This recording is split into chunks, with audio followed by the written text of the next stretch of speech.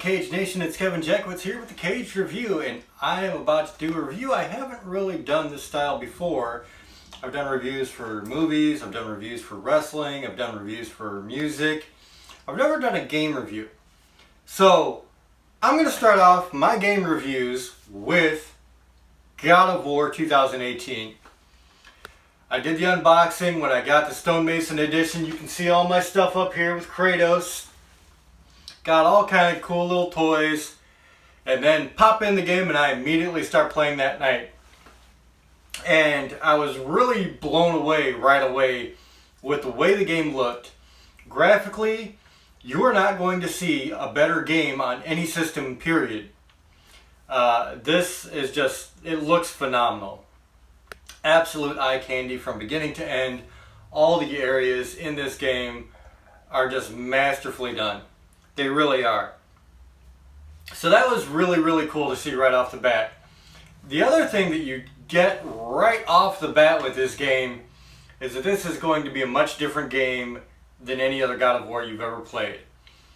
Now, before I get into that, I wanted to wait until I was done with the game completely. And I don't just mean I wanted to wait until I was done with the story. I wanted to wait until I had done everything in the game. I beat all the bosses, I did all the side missions, I beat all the Valkyries, and I got the Platinum Trophy. So I can now say what I think about the game as a whole. So getting into that, the first thing you realize is that this story is not the same type of, this guy's really pissed, here's why he's pissed off, he's going to get revenge type of story. No. Right off the bat you have a very emotional scene. It starts off with building the relationship between Kratos and Atreus, his son. And I thought it was very cool. Every other God of War game that they have made, and I have played them all, even the PSP games, has started very quickly with a introductory boss fight. You'll have some enemies that you'll fight, and then very quickly you have a boss. At the beginning of God of War 1, you had the Hydra. God of War 2, you had the Colossus of Rhodes. God of War 3, you had Poseidon. And this one, you did not have that. You did not get that. It was a very slow build. It dealt with the relationship, like I said, between Kratos and his son. And it dealt with the conflict that Kratos had between being tough and training this boy for something and still having all the emotions of a father that actually cares about their child. That was very cool to see. The combat system for this game is completely overhauled. Completely overhauled. You don't have the square, triangle combos anymore. You attack with your R1 and R2 for the majority of the game. Aim with, I think it's L1. Maybe it might be L2. But either way, a very cool redesign. You start out with the Leviathan Axe, and that's very cool. I mean, the combat is very engaging right off the bat. It's very fun, it's very satisfying. Building into the finishing moves, those are pretty satisfying. And as you get to upgrade and get more magic and get more abilities, this game becomes just amazing. It really does become awesome in so many ways. Because not only do you have weapons to upgrade, armor to upgrade, abilities to upgrade, you have abilities and these things called talismans that interconnect with each other and they make other like super abilities. So it's really fun to learn what you can create with all these abilities and upgrades. It's a very fun game. And I think that the playability lasts really throughout. It lasts a long time. So you finally get to your first boss fight and you just know him as the stranger. That's all you get. He's a stranger. He knocks on your door. He's ready to fight. He punches you a few times, testing your patience. You finally hit him back and knock him back like 20 feet. And he's, Kratos is like, I warned you. And then the stranger hits Kratos back and sends him flying. Oh my god, it was one of those moments in the game where you're like, you know who Kratos is, you know how badass he is. This guy is skinny McGinny. He doesn't look like much. And when that happens, it really is like, oh, what's about to happen here? And then they have this honestly epic encounter. Clearly, whoever you're fighting is another god. And the fight is what you would expect from two gods fighting each other. Literally earth moving at times. So it was very cool. It was a very well choreographed fight. It was very visually stunning. And that's cool. That was very cool. You have your typical dodge rolls for the big attacks. The one thing that I didn't like about the combat, and I really noticed right away, was they took away the jump. And it's not a big complaint, to be very honest, because there are a lot of games where you don't jump and it just works. Look at The Last of Us. So I didn't really have a problem with that. It was different though. It took some getting used to coming off of the God of War that I knew, which X button was jump. So yeah, there was a little bit of trial and error at first. But then you figure out who this guy is through the progression of the story, and that's really, really cool. And honestly, to me, this game kind of sets itself up like the original God of War 1, where you had Kratos, his main goal was Ares, and you went through this story of trying to figure out why he was going after Ares. Well, in this case, you're trying to figure out why this god is coming after you. And it was solely basically one god that you were taking care of, one god that you had to deal with. And that's true without this, throughout this story. You're mainly dealing with one god. I mean, you have a couple of guys that form one boss battle somewhere in the middle. But it's like they're building up just like they did with God of War 1, then leading into, okay, now he has to deal with other gods in God of War 2. And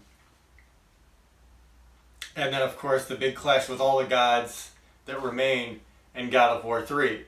It kind of started smaller and then grew to this epic scale. And I think that's kind of what they're doing here. They started with this one god, Baldur, and he's a son of Odin. Odin, of course, being the Allfather, and Thor being one of his sons. So it's really, really interesting. They have a lot of direction they could go with this. And I will say that clearly they are going to make a sequel for this. The way they ended the game, the time and money that they put into this, they don't expect this to be a one-off deal. The side missions in this really kept you playing long after the story ended. The story was very fun. It probably lasted maybe 12 to 14 hours, I guess, But I took time to walk around and try to explore and try to find things and do all this little stuff. And I didn't want to use any kind of guides. I used no guides for the actual storyline of the game. Toward the end, I used guides for finding some of the ravens, just because I wanted to wrap that up, and I'm just, not a big fan of hunting the ravens and killing them, so I was like, alright, let me knock this one out of the way. But honestly, even for that stuff, I still did at least half of those, smaller missions on my own. I like to explore. I liked going around to the different places, doing the different things, picking up all the materials that I could. The playability, it was quite large. And after beating the game and getting the platinum, I still want to go back and do it again. So yeah, it definitely keeps you invested. I don't know that I really have any complaints about this game. I mean, it was very, very well done. I'm trying to think of anything that I really did not like about it. And I think the only complaint that I might have is there is a place called Niflheim where you have to get these things called mist echoes. And these mist echoes act as a currency to build up your armor and your weapons and some of your other stats. And unfortunately, you really have to grind in Niflheim quite a bit, to be honest. You will be going through there many times, and that is my only complaint. Is Niflheim? I think they should have done something a little bit different, where you didn't have to go in and grind so much. Kept it a little bit more fun, a little bit more spontaneous. Whereas this was just rinse, repeat, rinse, repeat, rinse, repeat, rinse, repeat. And Niflheim actually is kind of important. Not only do you get a couple of trophies out of it, but because you'll get a trophy for clearing out the center room in Niflheim, and you'll get a trophy for upgrading your Leviathan axe, which comes from the Niflheim center room.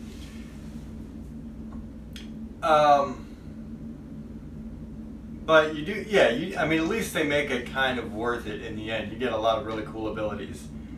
Muspelheim is another place where you have 6 levels of trials. You'll do it once, 2 trials per the first 5, and then a Valkyrie to beat at the end. And then they reset, and then you have one, what they call impossible trial, that you have to get all the way up 6 times. And impossible trials really are not impossible at all. You just have to have the right gear. Now, one of the fun aspects of this game is knowing what gear goes for what area. There is a mist gear in Valdi's something gear, and it's literally designed for Niflheim. So there's a mist that slowly takes your health away, and this gear protects you from the mist. There's a Valkyrie armor, which is probably the best armor in the game, to be very honest. And that is very, very fun to use. But it's also very handy when coming up against the last Valkyrie, Sigrun. I tried being a level 6 and going up against that Valkyrie fight. Got my ass handed to me very, very quickly. So I realized that I wasn't going to get that fight done. I went back out. That's when I went to Niflheim and started grinding, got my gear up, then went back and finally beat her. And it was funny because I went back and I beat her the first time. Well, I say the first time. The first time they have this thing where you have a resurrection stone, like you die, but then this stone brings you back to life. Well, that happened once, and the game kind of had this weird glitch, and the kid was actually reviving me, but then the whole thing just stopped. So I came back in and won the fight. But I felt confident I would have won it the first time anyway. I was doing really good. So very, very cool game. I mean, it's not the hack and slash that you're used to. There's a little bit more strategy to this. You have to think about what you're doing, what you're upgrading, what you need to wear in certain areas. Atreus, he's actually part of the combat system. He shoots arrows, and he actually jumps on enemies and starts strangling them. So Atreus is just as much a vital part of this game as the blades of the Leviathan axe, and you have to know how to use him.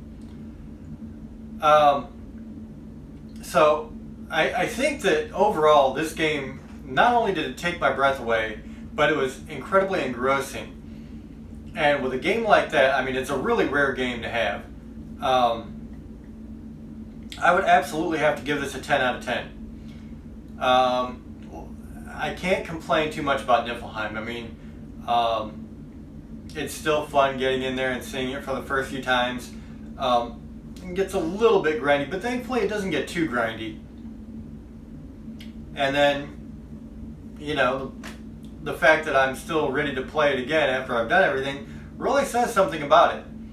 I got it day one. Actually, I got it early release, 9 o'clock Thursday night, I think it was, and it came out on Friday.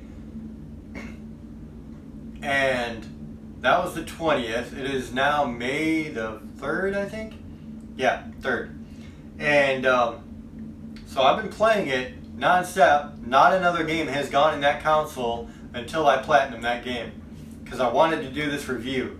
And I wanted to be honest about it, you know, and have a full idea of what I'm talking about here. You see some really cool characters in this game too. And I will say, do yourself a favor. After you beat the game, go back home, like literally to your home, to your cabin, and go to sleep. Go to your cabin and go lay down. Just trust me on that. So yeah, man, I mean, absolutely enjoyed it. It is a challenge on the harder levels. I really think that people are blowing some of the difficulty out of proportion.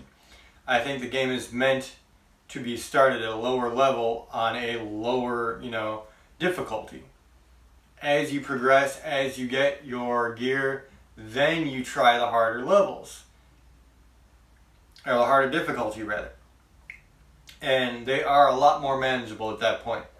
So ladies and gentlemen, absolutely loved it. Can't say enough good things about it. If you haven't played it yet, you are really doing yourself a disservice. If you're a gamer, and even if you're not a gamer, I think you'd really enjoy this story. They do a great job of telling a story, and they do a great job of character development. The voice acting is just top notch. So, that's what I think about it. This is my review for God of War 2018. Let me know what you think in the comments below. If you enjoyed this review, hit the like button, subscribe, and share. My name is Kevin Jackwitz. Kaged Nation out.